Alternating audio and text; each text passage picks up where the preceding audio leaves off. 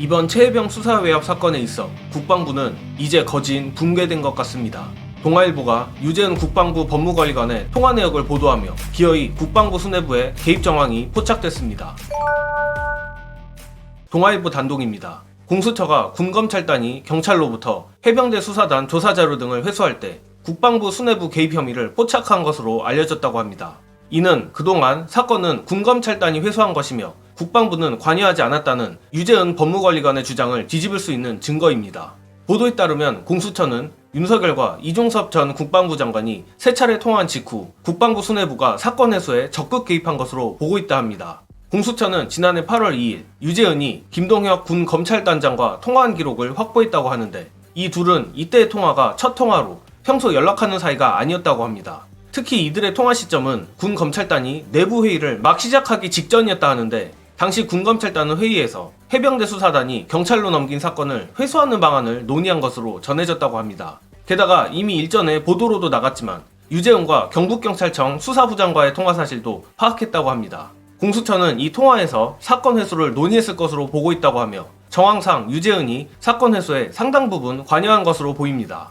이번 보도가 의미 있는 것은 앞에서 언급한 대로 그동안 이종섭을 비롯해 유재은이 이번 사건과 국방부 수뇌부와의 연결을 차단하기 위해 사건 회수가 군 검찰단의 자체 판단이라 했던 논리가 흔들리기 때문입니다. 특히 사건 회수 직전 유재은과 이시원 대통령실 공직기강 비서관과 통화를 두고 단순한 군 사법정책 관련 일반적 대화였다는 황당한 궤변이 나온 것도 이 때문입니다.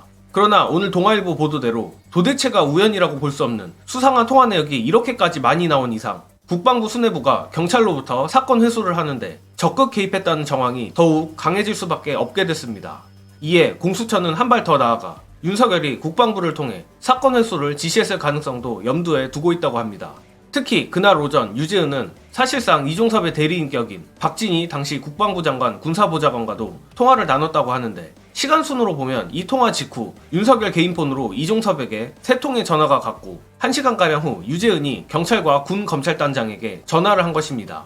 자, 아무리 봐도 대통령실, 국방부 수뇌부, 군 검찰단 이 3개의 조직이 8월 2일 긴밀하게 소통하며 불법적인 사건 해소에 관여한 것 같은데 역시나 대통령실은 동아일보와의 통화에서 억측이라며 수사를 지켜보자는 입장을 밝혔다고 합니다.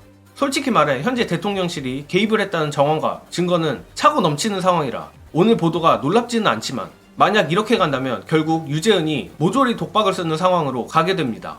즉 대통령실로 향하는 길목인 이시원과 어떤 대화를 나눴는지 이종섭이 어떤 지시를 했는지들을 공수처에 불지 않으면 안 되는 상황이란 겁니다.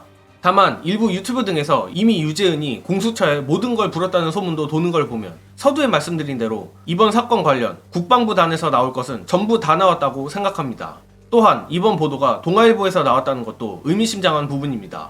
조중동 중에서 적어도 동아는 확실히 이번 사건에 있어 대통령실을 완전히 등진 상태로 보이는데 대통령실과 국민의힘이 이런 극한의 여론 압박을 언제까지 뭉갤지 지켜보겠습니다. 끝으로 최혜병 수사외압 사건이 이젠 인사로비 국면으로 본격 접어들고 있습니다.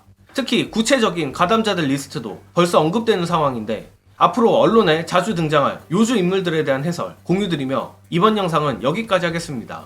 시청해주신 여러분 감사합니다. 여기에서 핵심적인 질문이 또 하나 나옵니다. 이거는 김종대 전 의원이 주장하는 내용인데요. 아직 사실 확인은 안 됐습니다. 8월 초입니다. 3일, 4일 정도로 추정이 되는데 그때 윤석열 부부가 저도에 휴가를 갑니다. 그 관할지가 해병대 관할지입니다. 거기에 임성근 사단장이 갔을 것으로 추정된다라고 이야기를 합니다. 그럼 뭐냐면요. 7월 31일 통화와 8월 2일자 통화로 임성근 사단장은 원래는 사표 내려고 했는데 사표 내려고 했던 것이 무마되고 이 사람이 대통령 휴가 가서 만찬하는 데까지 참여했다라고 이렇게 추정이 되는 겁니다. 자, 여기에 또 중요한 인물이 하나 나옵니다. 누군가 하면요. 경호처장입니다. 경호처장이 충항고를 나왔고 육사 출신입니다. 자, 이 사람이 계속해서 국방부와 전화도 하고 합니다. 여기에서 바로 임성근 로비설이 퍼지기 시작합니다. 경호처장이요. 비서실장보다 급은 낮지만은 대통령과 굉장히 지근거리에 있는 사람입니다. 대통령과만 지근거리에 있겠습니까? VVIP하고도 굉장히 지근거리에 있지 않겠습니까? 자, 이 사람을 통해서 로비가 이루어졌을 가능성이 있다라고 추정을 하고 있는 겁니다. 그 상황까지가 지금 윤석열과 이종섭으로 추정되는 사람들의 통화 내역에서 우리가 추정하는 내용들입니다.